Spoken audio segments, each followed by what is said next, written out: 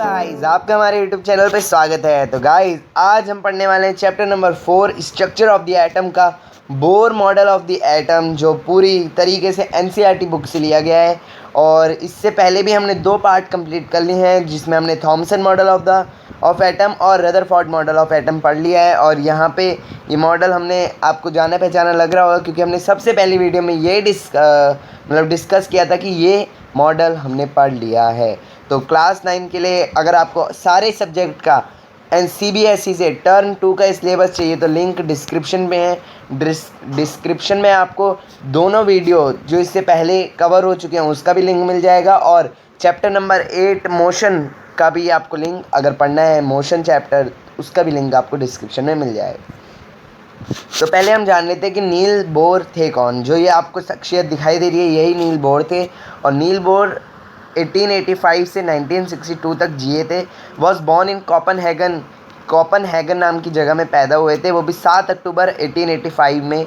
He was appointed professor of physics. ये physics के professor थे कोपनहेगन यूनिवर्सिटी में, वहीं की कोई यूनिवर्सिटी में, वो भी 1916 में।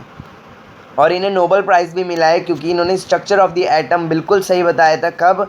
1922 में। आई होप आपको समझ आया होगा। ये इनका छोटा सा इंट्रोडक्शन है। आप अपनी बुक खोलेंगे तो आपको भी यही मिलेगा। चलिए अभी पॉइंट डिस्कस करते हैं। तो ये है प्रोफेसर की 3 बुकें प्रोफेसर बोर की। यहाँ पे जो आपको दिख रहा है ये सब वो असलियत की हैं। और ये पहली है the theory of spectra and the atomic constitution. दूसरी बुक है atomic theory and the description of nature, जिन्होंने लिखा है वो है नील बोर। तो देखते हैं बोर मॉडल ऑफ एटम कहते क्या है। Only certain special orbit known as discrete orbit of electrons are allowed inside the atom. इसने बोला है, पहले मैं डिस्क्रीट का मतलब बता दूं। डिस्क्रीट का मतलब है अलग अलग, ठीक है। डिस्क्रीट का मतलब है अलग अलग। ओनली सर्टेन स्पेशल ऑर्बिट, कुछ पर्याप्त मात्रा में जो स्पेशल ऑर्बिट होते हैं वो डिस्क्रीट ऑर्बिट कहलाते हैं। मतलब डिस्क्रीट ऑर्बिट मतलब अलग अलग ऑर्बिट होते हैं कुछ इलेक्ट्रॉन्स के लिए। और ये किसके अंदर होते हैं? एटम के अंदर होते हैं, ठीक है। कुछ स्पेशल ऑर्बिट जिसमें इलेक्ट्रॉन्स होते हैं, अलग अलग ऑर्बिट जिसमें इलेक्ट्रॉन्स होते हैं, वो किस में होंगे?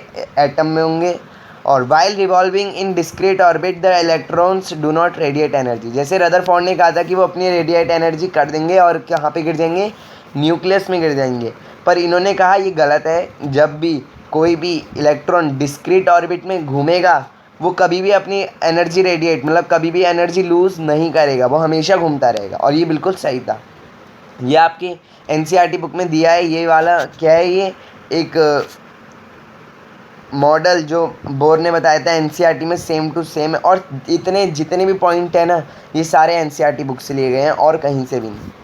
तो देखते हैं। अब आपका आ रहा होगा एक टॉपिक, न्यूट्रॉन्स। तो न्यूट्रॉन किसने डिस्कवर किया था? जेम्स चैडविक, जो CH और FRS थे, British physicist. Was awarded the 1935 Nobel prize. इन्हें नोबेल प्राइज़ मिला था फिज़िक्स में, क्योंकि इन्होंने क्या डिस्कवर किया था? न्यूट्रॉन, वो भी 1932 में। अब देखते हैं इन्होंने कहा, मतलब न्यूट्रॉन में आप देखोगे आपका एक अलग से कंपार्टमेंट दिया गया है, वहाँ पे ये सारी चीज़ें लिखी हैं जो इस स्लाइड में लिखी हैं।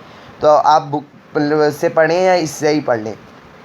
तो इन 1932 जे चैडविक डिस्कवर्ड अनदर सब एटॉमिक पार्टिकल। 1932 में जेम्स चैडविक ने एक मतलब कुछ दूसरा एटॉमिक पार्टिकल खोज निकाला जिसमें कोई भी चेंज नहीं था। वो जो मास था उसका प्रोटॉन के बराबर था। प्रोटॉन पता है ना, पॉजिटिव वाला। इट वॉज इवेंचुअली, मतलब उन्होंने एकदम से या सोचा भी नहीं, नाम ऐसे रख दिया न्यूट्रॉन।